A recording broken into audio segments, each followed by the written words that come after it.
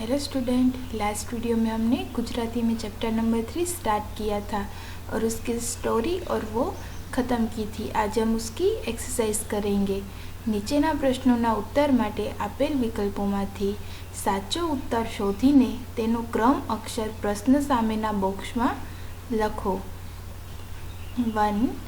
20 ફૂટ ઊંચા સ્તંભ ઉપર શાની સ્થાપના કરવાની હતી? परमेश्वरनी, मूर्तिनी, चित्रनी के गणपतिनी? तो आंसर क्या आएगा? मूर्तिनी। दुकानदार पासे युवके क्या फोन माटे मंजूरी मांगी? Public phone, mobile phone, cellular phone के ग्रामोफोन? तो पब्लिक फोन। दुकानदारे युवकनो क्यो गुण स्पर्शी गयो? स्वच्छतानो, नम्रतानो, खुमारीनो के वफादारीनो? तो खुमारीनो। નીચેના પ્રશ્નનો ઉત્તર એક એક વાક્યમાં આપો। शिल्पी शू करी रह्यो हतो? वो शिल्पकार था। वो क्या कर रहा था? तो शिल्पी एकाग्रता थी आरस-पारसमांथी भगवाननी मूर्ति घड़ी रह्यो हतो। वो शिल्पी था। वो आरस पहाड़ में से भगवान की प्रतिमा गढ़ रहा था। बाजू में पड़ेली मूर्ति ने शू नुकसान थयुं हतुं? उसके जो साइड में मूर्ति थी उसमें क्या नुकसान हुआ था? तो बाजू में पड़ेली मूर्तिना नाक पासे एक नानो घसरको थयो हतो। उसके जो साइड में मूर्ति पड़ी हुई थी उसके नाक के पास एक छोटा सा खरोच आई थी। क्वेश्चन नंबर 3, युवके दुकानदार ने शानी ना पाड़ी? वो युवक था। वो शॉपकीपर को किसकी ना बोली? तो दुकानदारे युवक ने काम आपवानी तैयारी बतावी त्यारे युवके तेने त्यां काम करवानी ना पाड़ी। वो शॉपकीपर था। वो उस लड़के को काम करने के लिए बोल रहा था लेकिन उस लड़के ने वहाँ पे काम करने के लिए मना कर दिया।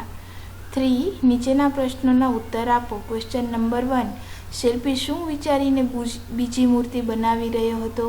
शिल्पी है वो क्या सोचकर दूसरी मूर्ति बना रहा था?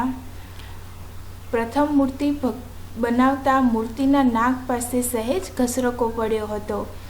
आ नुकसान साधारण हतुं पण ए नुकसान अंगे पोतानो भगवान अने पोते जाणे छे ए विचारीने शिल्पी बीजी मूर्ति बनावी रह्यो हतो। शिल्पी ने जो पहली मूर्ति बनाई थी उसके नाक के पास एक छोटी सी खरोच आ गई थी। वो एक नुकसान तो बहुत छोटा था लेकिन वो नुकसान के बारे में वो और उसका भगवान जानता था। यह सोचकर उसने दूसरी मूर्ति बनाई। क्वेश्चन नंबर 2, दुकानदार ने केम नवाई लगी? वो शॉपकीपर था। उसको क्यों आश्चर्य हुआ?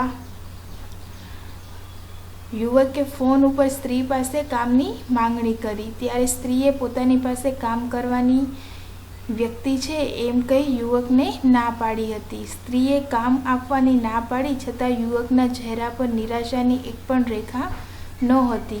ए જરાય पण उदास नहोतो। જ્યારે दुकानदारे युवकने नौकरीनी ऑफर करी त्यारे युवके ना पाड़ी दीधी। आ कारणे दुकानदारने नवाई लागी। जब वो लड़का था वो एक लेडी से काम के लिए बोल रहा था तब वो जो लेडी थी उन्होंने मना कर दिया। फिर भी युवक के चेहरे पे कुछ भी निराशा नहीं थी। वो हंस रहा था और यह सोचकर शॉपकीपर ने लड़के को काम करने को बोला लेकिन लड़के ने मना कर दिया। यह सोचकर वो आश्चर्य में हो गया। क्वेश्चन नंबर 3, युवक के स्त्री ने फ़ोन शा माटे कर्यो हतो? वो जो लड़का था वो लेडी को कॉल क्यों किया था? तो युवके जे स्त्रीने त्यां काम करतो हतो एने ज फोन करता हतो। पोते जाणवा मांगतो हतो कि पोताना कामथी ए स्त्री संतोष छे कि नहीं। आम स्वमूल्यांकन माटे युवके स्त्रीने फोन कर्यो हतो।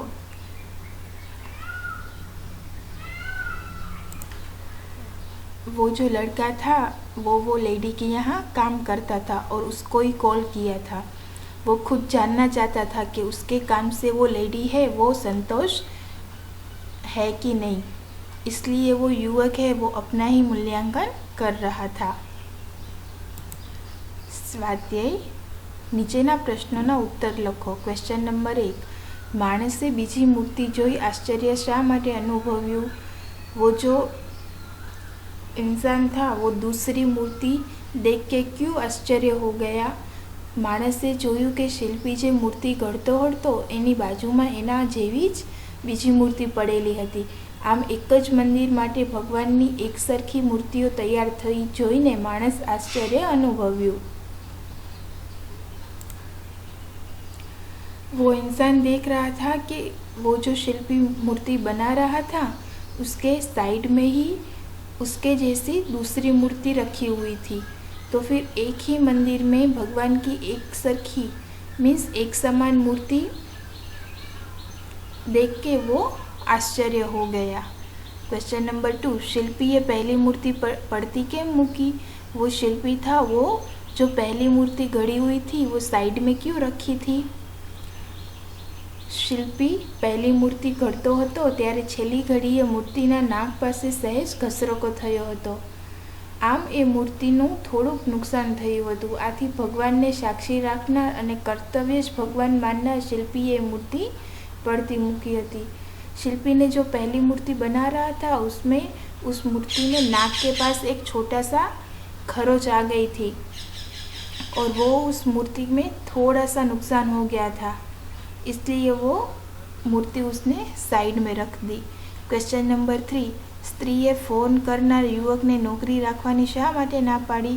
वो जो लेडी थी वो उसको कॉल करने वाला जो लड़का था उसको क्यों मना कर दिया?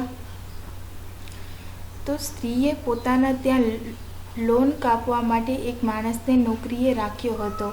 एना कामथी ए पूरो संतोष हतो, तेथी फोन करनार युवकने नौकरीए राखवानी ते स्त्रीए ना पाड़ी.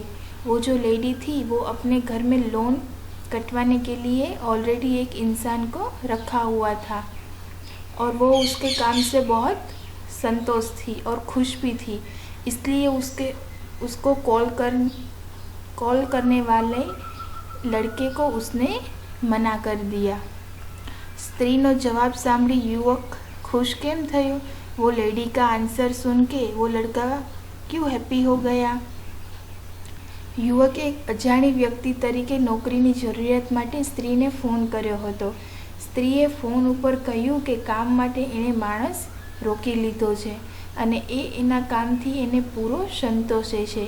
વાસ્તવમાં ફોન કરનાર યુવક પોતે એ સ્ત્રીને જ ત્યાં નોકરી કરતો હતો.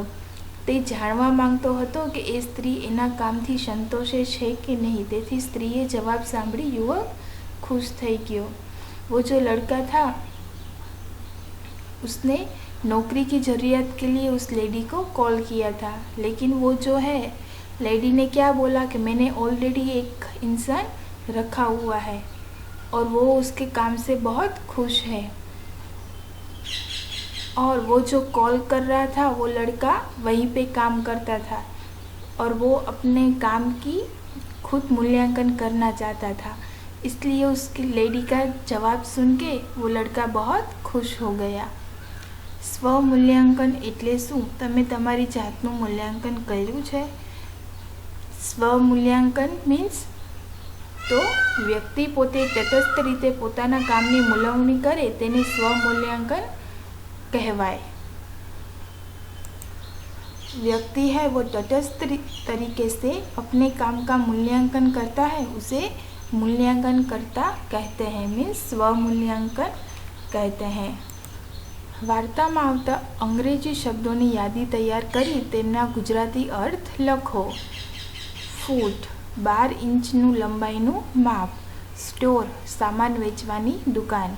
पब्लिक सार्वजनिक. स्पीकरफोन एक प्रकारनो टेलिफोन. मैडम सनारी श्रीमती. लॉन लीलू घास. सर साहेब. Thank you.